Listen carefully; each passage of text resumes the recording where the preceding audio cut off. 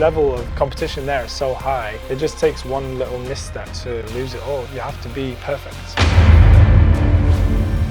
I really think you got to earn your stripes. Well, I grew up in a big family. You have to fight for a spoon, you have to fight for a place to the table. And when someone shows up and they're kind of like, oh, where's my seat? Like, get out of here, man. Do you respect Conor McGregor?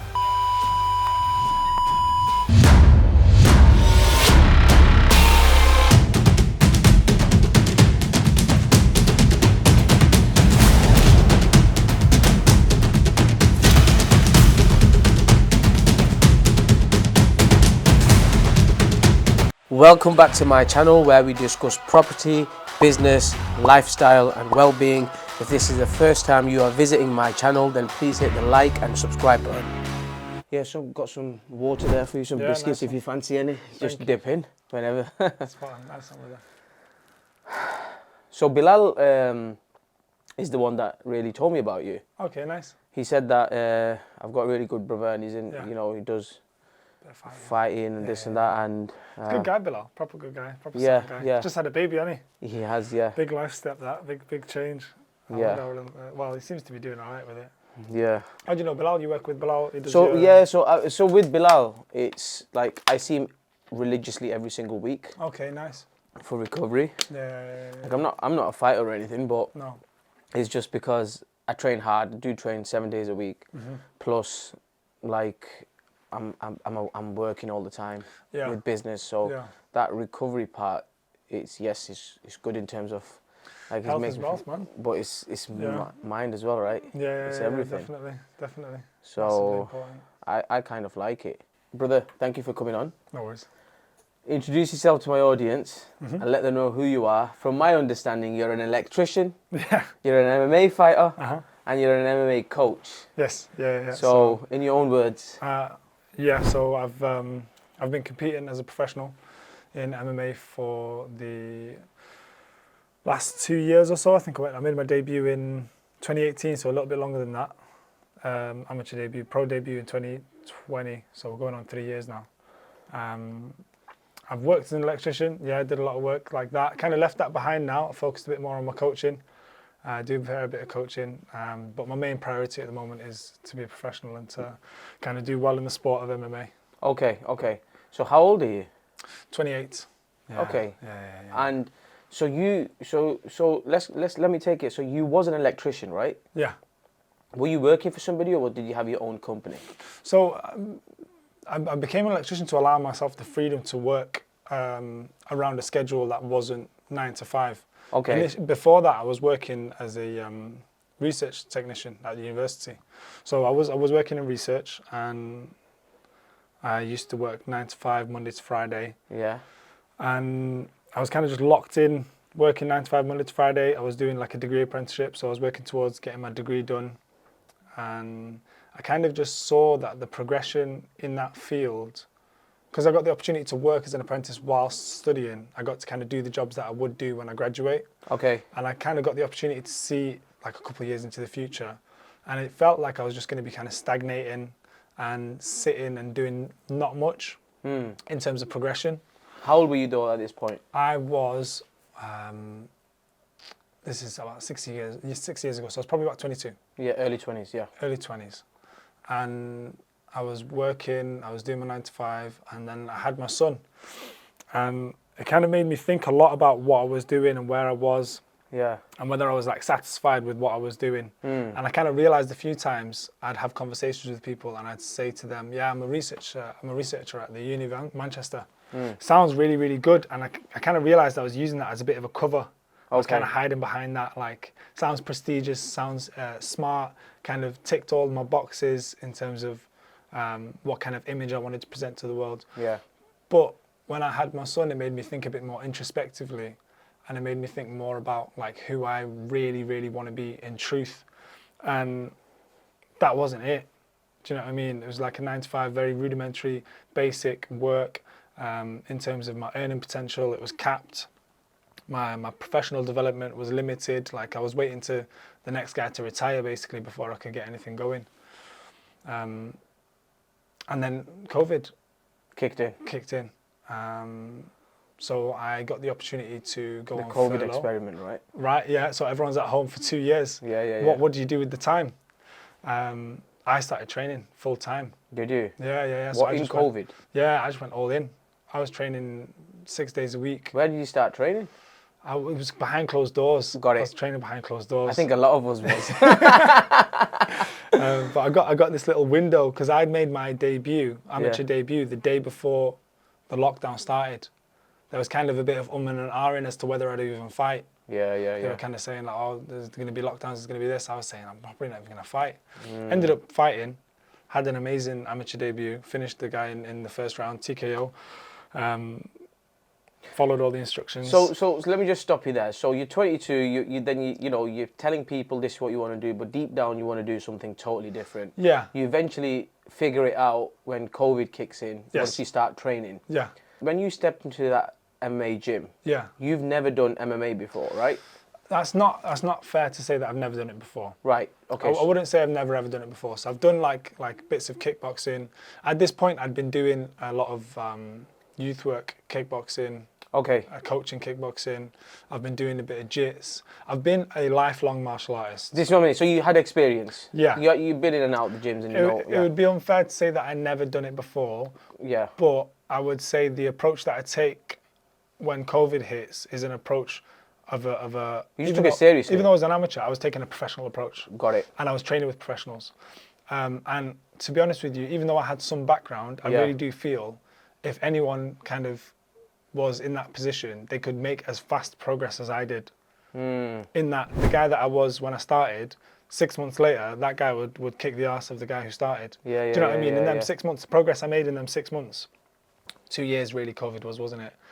Yeah. Thereabouts, something like that. Yeah. The progress I made in them 2 years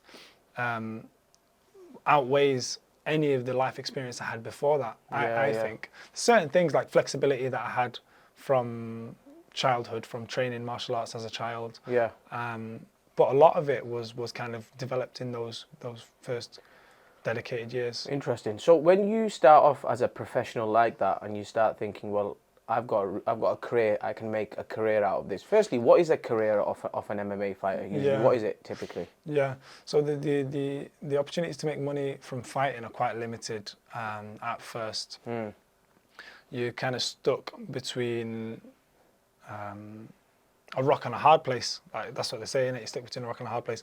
Like you can take fights on big shows in the UK where you're not going to get great wages, or you can take fights on small shows where you're going to get worse wages, but maybe easier opponents. I had a unique opportunity because I'm of Arab descent. I was born in Libya. My dad's from Libya. I had the opportunity to fight on UAE Warriors. So that's a show in the Middle East. Yeah. They fly you out to Abu Dhabi. The wages are a bit better, and you get to fight out there. So for me, coming from that background, I had a route from even before the idea was, we'll get you into a good shape, we'll get you through your amateur fights, and then when you go pro, we're going to send you out there, and the wages are this and the wages are that, and you're going to be able to make a bit of cash. But really, you have to supplement your income. You have to supplement your income with something. This is why I became an electrician. Got it. Right. So either you do that or you do something else, or sponsors. You can coach, PT, sponsors. For me, I really like, and I've always had a bit of experience working. I used to work with my dad, doing like working on property and stuff. So I had a bit of a knack for it. I knew how to use a drill. My brother had just started his company as an electrician, and he said to me, "Why don't you do this course?" Yeah. So whatever money I had saved, I just invested it all on this course. I did a course. It was like a fast track course. Got it. For an electrician. Yeah, I got in right before the deadline as well, because they changed the guidelines on how much qualifications you have to have and stuff. So I got qualified, and then I was able to work as an electrician, and it was amazing for me because I was free to kind of take time out whenever I needed, or put out extra hours in, and also like just jumping in, working with my brother and that. Yeah. All my brothers work as tradespeople. So my youngest brother's an apprentice at the moment as an electrician. My older brother's an electrician, and my oldest brother is a gas engineer. And my dad was a gas engineer, so they've always been... Runs in the family then? Yeah, there's always been some element of trade there. So what's the entry point for someone that's getting into MMA at the very start? Like, for the first few years, What are they going to get paid, like roughly? So you're not looking to get paid as a professional. You're not looking to get paid like very, very much. You may be looking at like a couple £100 here and there for your first couple of fights. Yeah. Some people. And you can get injured as well, right? Yeah, massively injured. You're probably going to get injured on your way to your first fight. You're probably going to get injured. But even people have said to me like, "Oh, you guys are lucky to even get paid." Like we used to have to sell tickets. When you're an amateur, you sell tickets to make your money. So people are saying to me, "You're lucky you even get paid in your contracts." Like we used to just have to sell tickets to make our money. That's why a lot of people go to doing PTs and that and coaching. Got it. But then that takes time away from your training. It takes time. So as a professional MMA fighter, when you start taking this seriously, what does your day kind of look like? Pay attention. I've got some exciting news for you guys. I've launched a 7-day total free audio course for you guys, which is going to help you improve and elevate your mindset, and it's also going to help you in your business. All you have to do is go and sign up every single day, day 1 to day 7. You will receive a free 2-minute audio from me in my own words, in my voice, and what that will do is help you in your business and your mindset. Make sure you go and sign up and let me know how you find it. So in an ideal day for me, I'm up as a professional. I'm up before the kids. Hit the gym for like a steady state. What's up before the kids? What's that? What That's time? like 5:30. Got it. Okay. The kids are up at like 7. Okay. So I've got no kids, so okay. no. I've got 3 now. So I'm up at like 5:30. Yeah. I'll go for a swim or a run. In the morning, yeah? Yeah, something easy, something that's not going to take too much out of me. And then I'm home, get the kids ready, take them to school, and then go to 10 a.m. training. I'll train at 10 a.m. until about 11:30. Then I'll have my first meal then. I like to train on an empty stomach. Got it. Can't train on a full stomach. I get a bit bloated, a bit gassy and that. So have a coffee before I train. I'll have my first meal then, and then I'll coach then until 2:30. So 11:30 till 2:30 I'm coaching, PTs, small groups, and then I'll go pick up the kids. Got it. Take them home and then go back and coach again. And usually when I'm coaching, I'll jump in the session. I'll do a bit of training myself as well. Just to keep yourself. Yeah. When I'm in fight camp, I'll go back for another session before I start coaching in the evening. So I'll probably get the missus to pick up the kids and just train right So through. that's like 2 hard sessions and 1 kind of a medium session. Yeah, so in terms of MMA, like skill-based stuff, it's 2 a day, and then I get S&C at like 2 o'clock. What's S&C? Strength and conditioning. So I've got a strength and conditioning guy. He does my strength and conditioning, but that's only like 40 minutes, 45 minutes. Right. So it's not. I don't feel like it takes too much out of you. I think he's a good S&C because he doesn't like tire me out too much. I do the S&C with him, and then I'm still fresh to kind of keep training throughout the day, but I'm still building strength and gaining. This is the first time I've started it, to be honest. Okay. So I'm going to see for this next fight camp how it goes, because it's the first time incorporating proper strength and conditioning. So how many fights have you currently had then? So this is, I've had 5 now. Yeah, I've had 5 as a professional, and I've had, as an amateur, 6. So a total of 11 if you count everything. Have you won every single one, or? No, so I took 1 loss as an amateur. Yeah. And I've taken 1 loss as a professional. Top level competition. I don't think I've lost to anyone that's not like a good level guy. And it's always been, if I have lost, it's always been like a razor's edge. in my professional fight that I lost, it was heartbreaking for me. Like, it's the worst feeling in the world. But looking back at it, the guy was a black belt jiu-jitsu guy, so he was good. And in the grappling exchange, I basically like almost got the win, and then lost out, and then he caught me out. But you know, it's a learning experience. Of course. Like, there's a few things that happened in that camp that I learned from a lot. Like, my weight cut went terribly wrong. And I underestimated the guy completely, and I wasn't focused at all. Like, when I was walking into the arena, I was looking in the crowd trying to see if I could see my mates, because they told me they were coming to watch. And Got it. So your mind was just in the wrong places. I just wasn't focused, man. And I got caught cold, and he showed up. He was ready, and I wasn't. So you know when you have an opponent, because I remember when I used to just play tennis or badminton, I used to really study my opponent, like strategically, be like, okay, he goes there often, so I'm gonna do this, or I'm gonna Yeah. trap him into here, do that.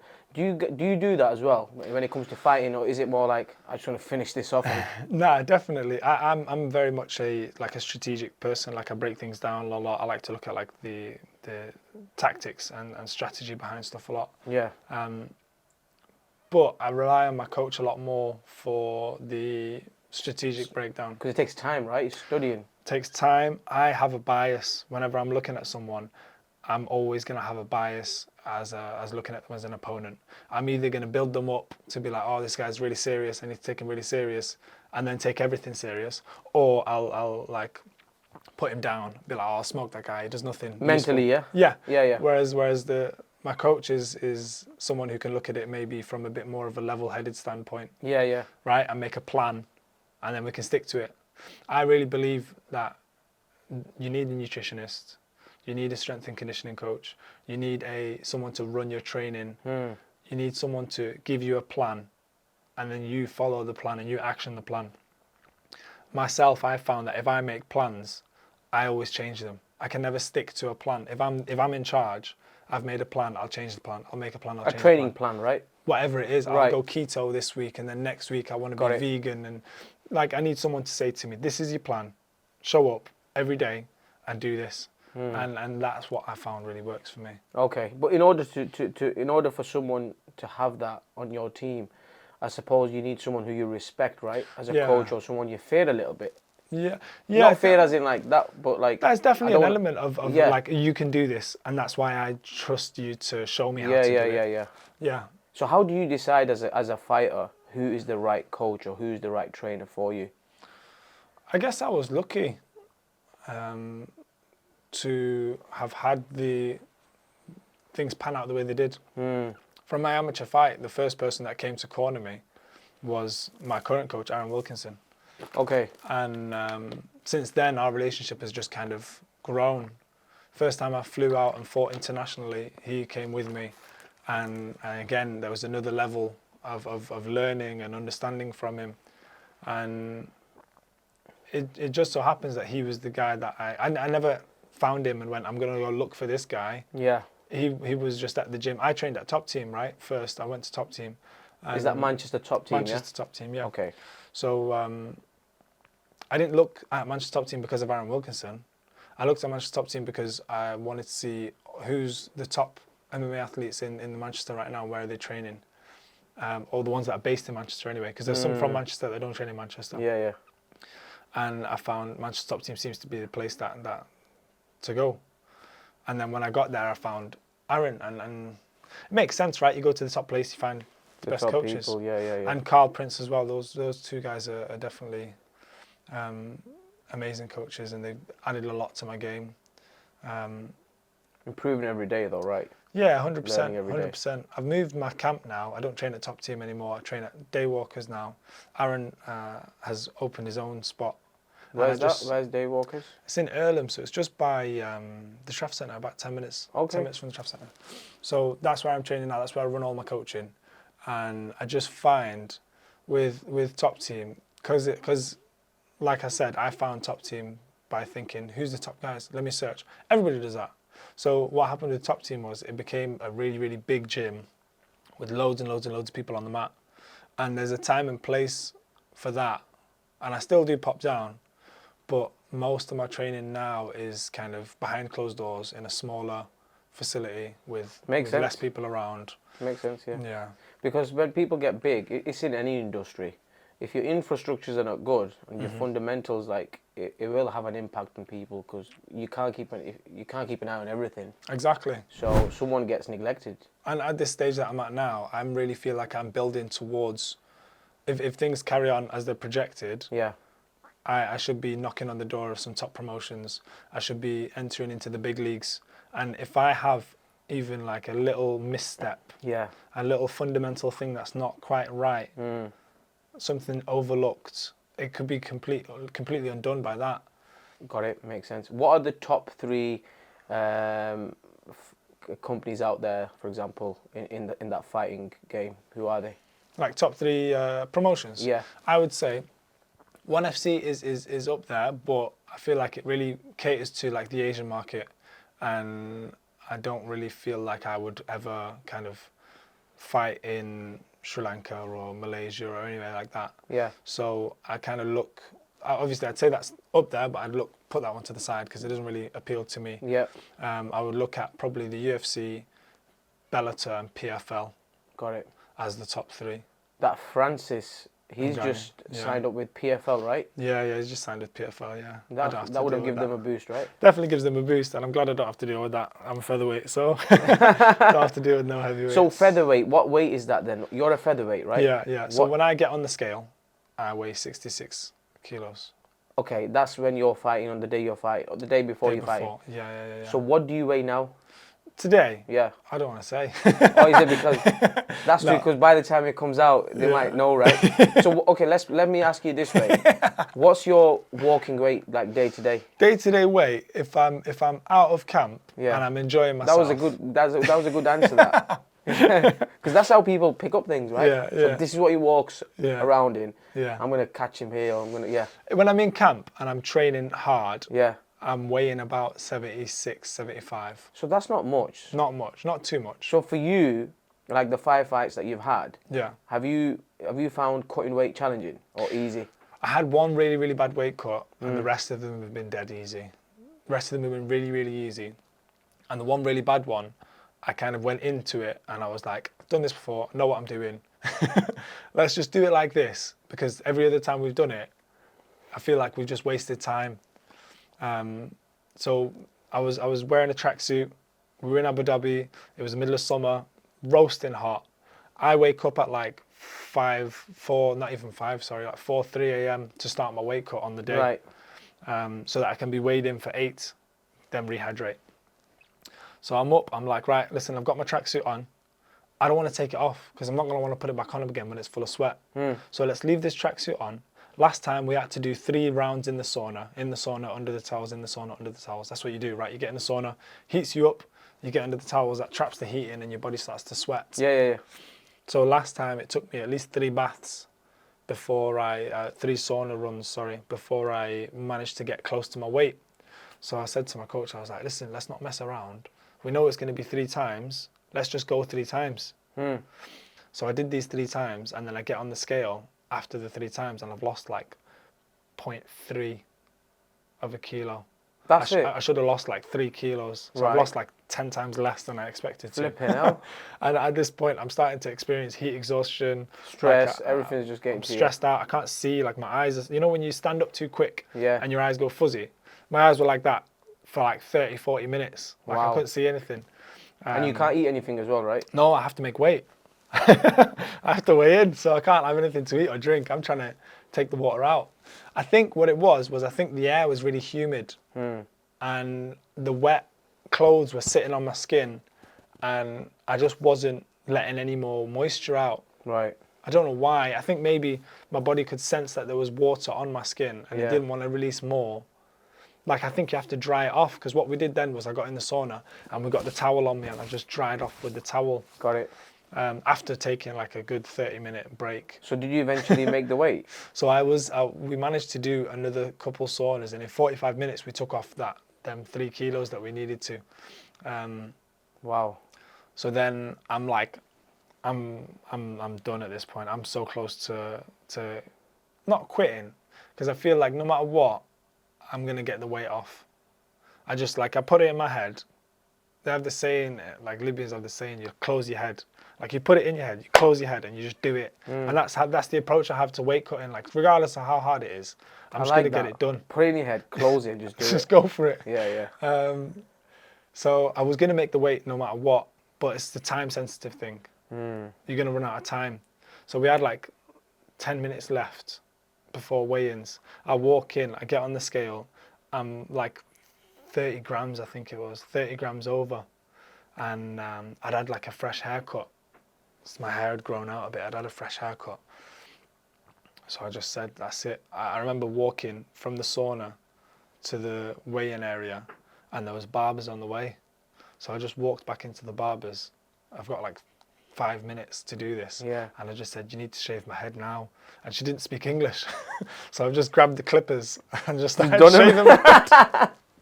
And then I got back on the scale and I weighed in on weight. Yeah. So it was all worth it in the But end. you were still like done by this point, right? Like exhausted. I was exhausted, definitely. Do you see your opponent at this stage?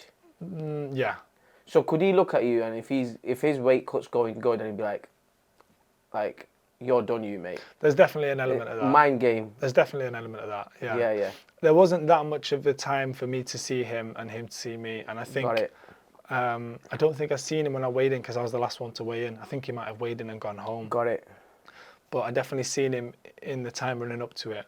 He was dead friendly though. He was really nice. It wasn't like a mind games kind of. You get guys that are mind game guys. Yeah. And then you get guys who are just a bit more like friendly. He was a lot friendlier. I'm a bit more like friendly. Like I'm not really too bothered. Like we're gonna get in the cage and we're gonna fight regardless. So there's a lot of respect there, Tam.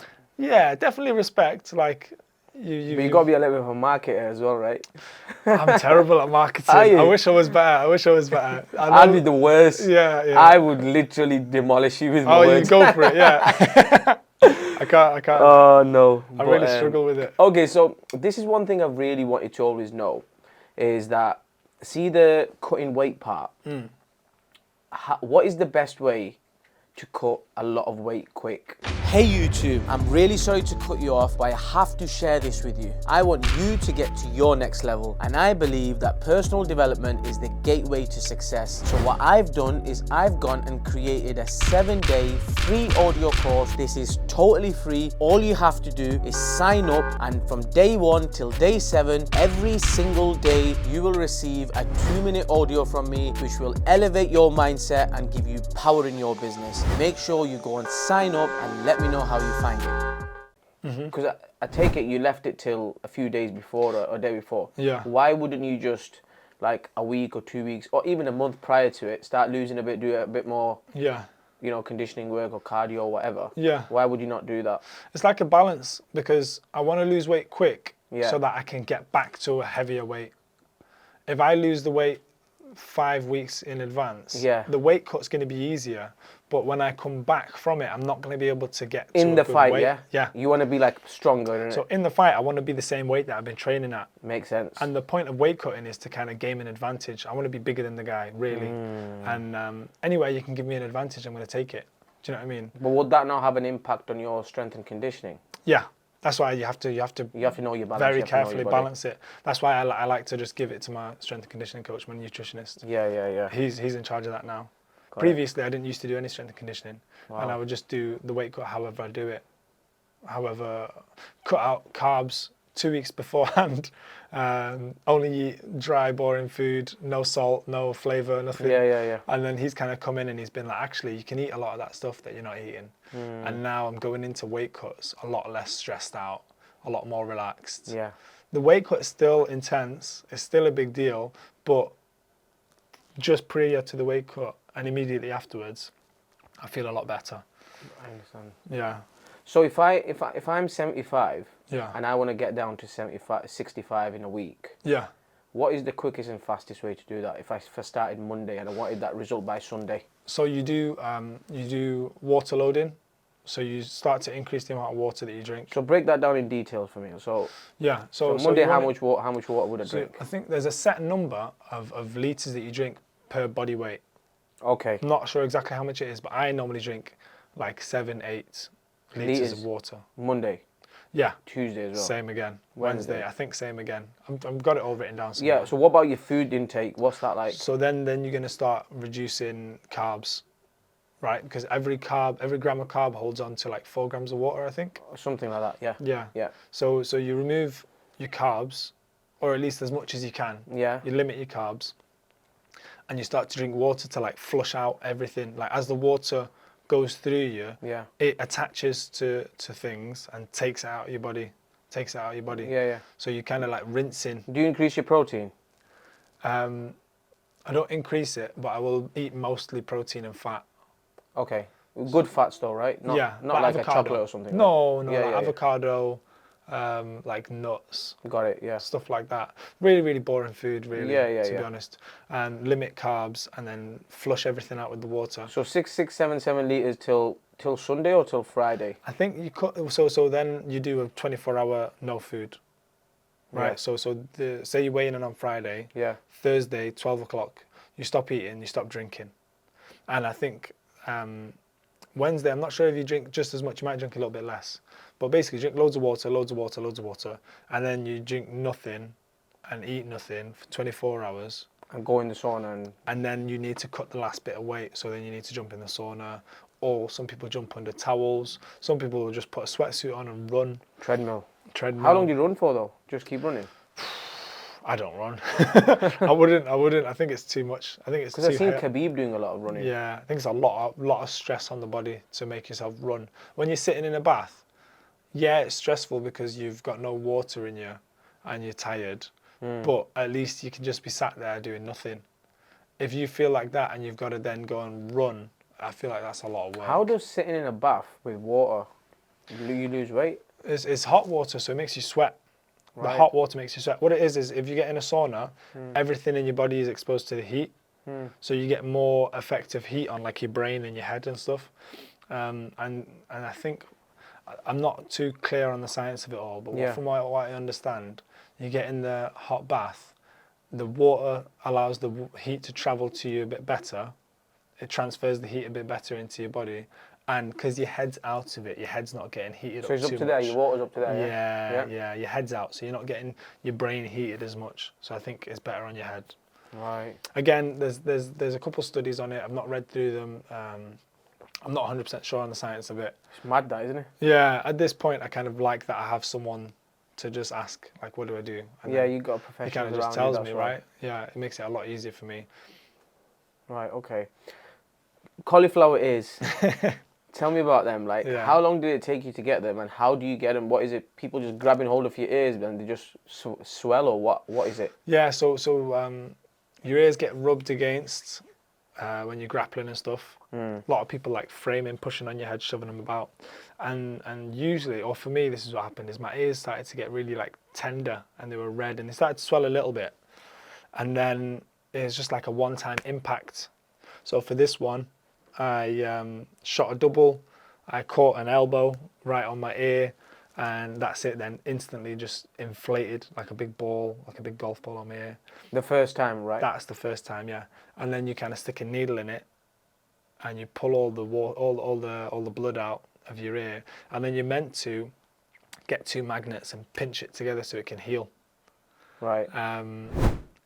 Unfortunately for me, every single time I've got cauliflower ear, it's like 2 weeks before a fight, and I don't have because once you get it pinned like that together with the magnet, you need to leave it like 24, 48 hours and not train or do anything, and then again no contact for like 2 weeks. But I've always got them 2 weeks before a fight, right? And I'm just not willing to pull out of a fight for the sake of an ear, so I just keep training, and they come back, and then you drain them again, and then... So when you say that you got to get a magnet and go like that, yeah, who does that? I suppose a professional, like a doctor or something? No. I went to the doctors with this cauliflower ear, and I went to MRI, and the guy was like really nervous. He was shaking, and he's saying, "I need to cut your ear open and do this and that and the other." And I was like, "Listen, you don't need to do any of that. I've had it drained already in the past. Yeah. Just get a syringe, put it in my ear, drain it." A syringe of what though? Just any syringe? Just an empty syringe. So at the moment, well, I've not had to do it for a while, but what I'll do is I'll get you can get insulin needles from the chemist, and I find they work the best for me. But he wanted to do all this mad surgical stuff, and I just said to him, "No, you're not doing it." I went home.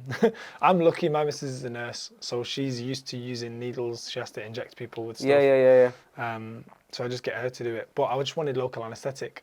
I just wanted him to anaesthetise my ear, put a local on it so I can't feel it, and then do it. Because it's honestly, I'd say it's worse than bad toothache. And I've had some really bad toothache. Yeah, toothache is not good. I would say it's worse than toothache. Yeah. Like throbbing pain, really, really uncomfortable, horrible really? stuff. Yeah. I guess it's attached to your brain or somewhere, right? It's right nerves, by, isn't it? Yeah, it's right by there. Sleeping is almost impossible. Now it's fine, it's just solid. Yeah, yeah. But when you get hit and then it just explodes. Yeah. Now, even if I get hit, it doesn't do anything. So that means your nerves in your ears are gone, aren't they? There's no nerves there, is it? I don't know. I don't feel like anything. Okay, bro.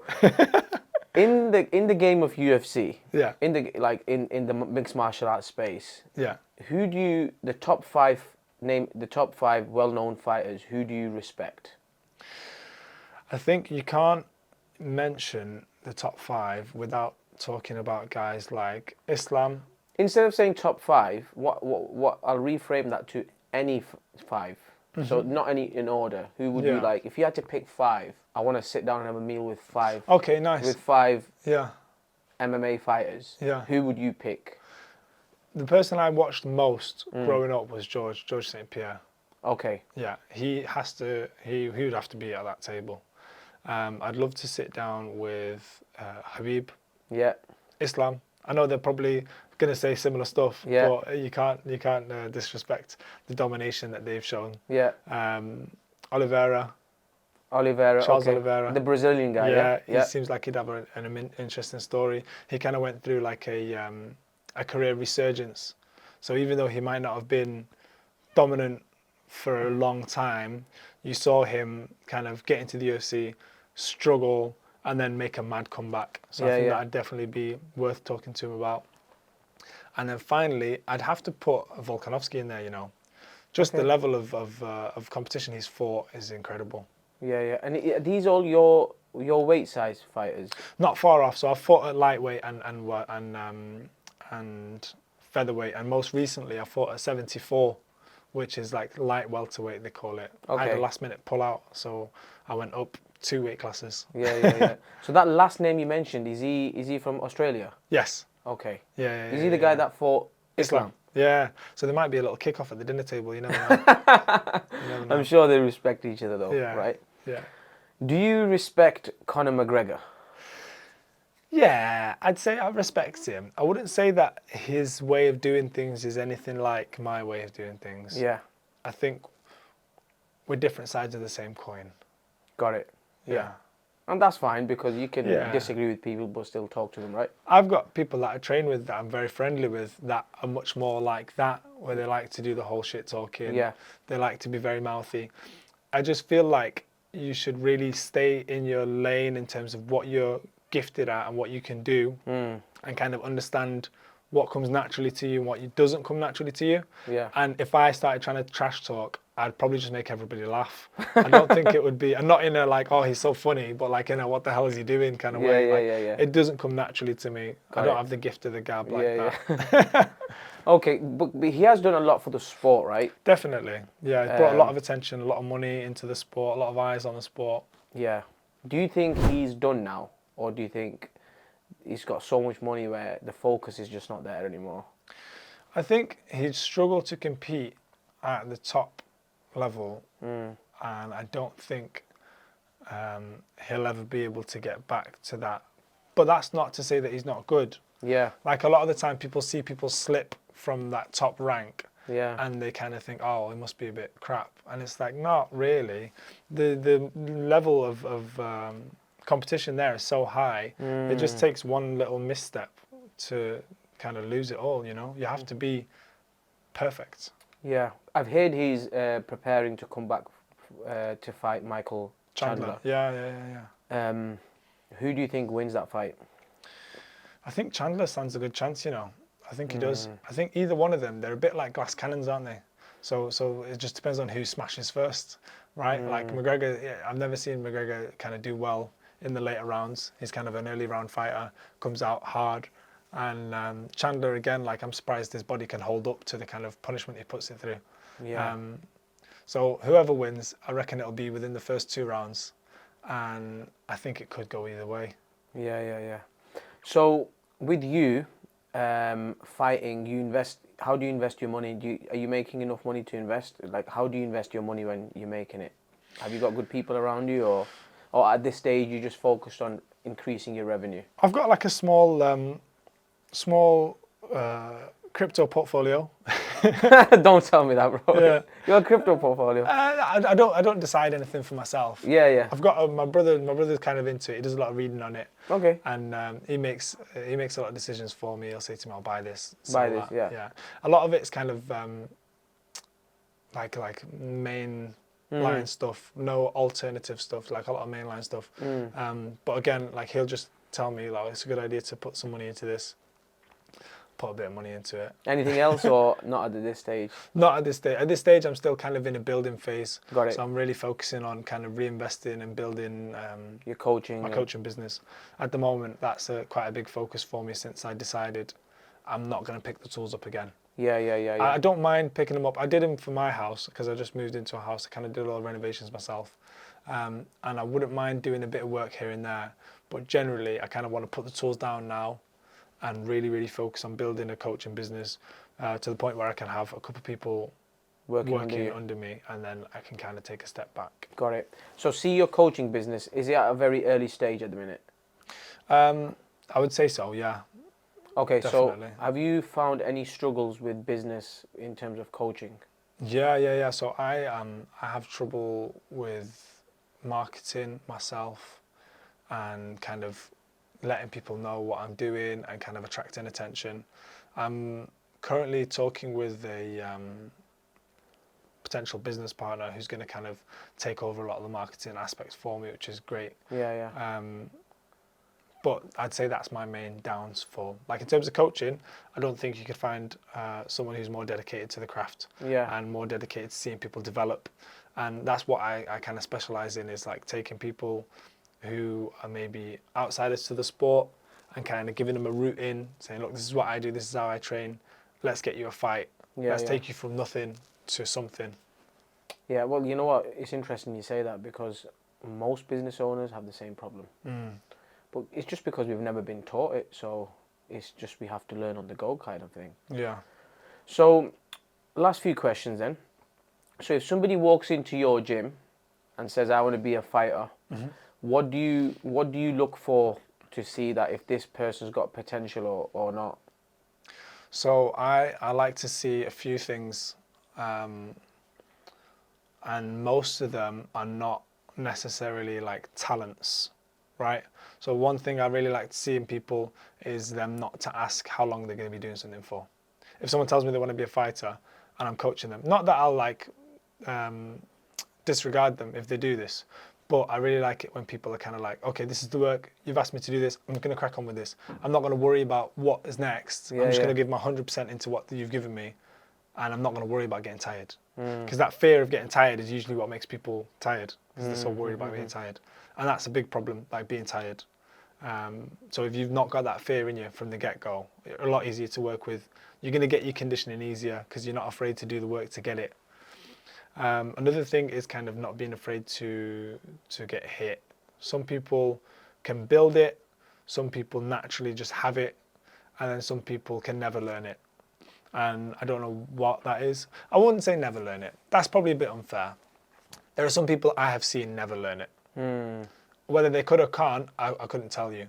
But there's some people that I've seen that would never learn it. And the fear of getting hit is a big one, right? Because it makes you make mistakes, which lead to you getting hit. So seems like a mindset issue, that, isn't it? A lot of it is mindset. A lot of it is mindset. And regardless of where you start from, whether you're a bit overweight, or I've had people come in and they're like dead skinny and they're a bit feeble, they don't have much strength behind them, but if they've got the right attitude towards it, they show up on time, they show up every time, then they make massive amounts of progress. Like with anything in life, right? Yeah. How do you, this is what I really want to know, so any tips and tricks you can give to someone where they can strengthen their mindset? I think you have to set a task and complete it. And the problem that most people have with that is that when they set the task that they want to get to, right? But you have to be realistic and you have to set a task for where you're at, not where you want to be. Say I want to be able to run a marathon, and I set the task of running a marathon. I'm never going to get there. It's too big a task. I've given myself a massive step, right? But if I break the marathon down into individual steps, and I set my task of taking 100 of them steps tomorrow, and I go out for a walk and walk 100 steps every single day, then that becomes 200, that becomes 300, that becomes 5 kilometers, that becomes 10 kilometers, 20, 40, which is a marathon, 44 kilometers. I'll get there, right? So it's about setting a goal, making sure you action that goal, but then keeping that goal within an easy point for you. So break it down into parts where you think, Yeah. right, this is first, I'm going to do this, and Yeah. then that, then that. And whatever you think you can do, maybe half it, and make sure you do that consistently. Because what I can do tomorrow, I might not be able to do when I'm tired and I've got a bunch of other things on my mind.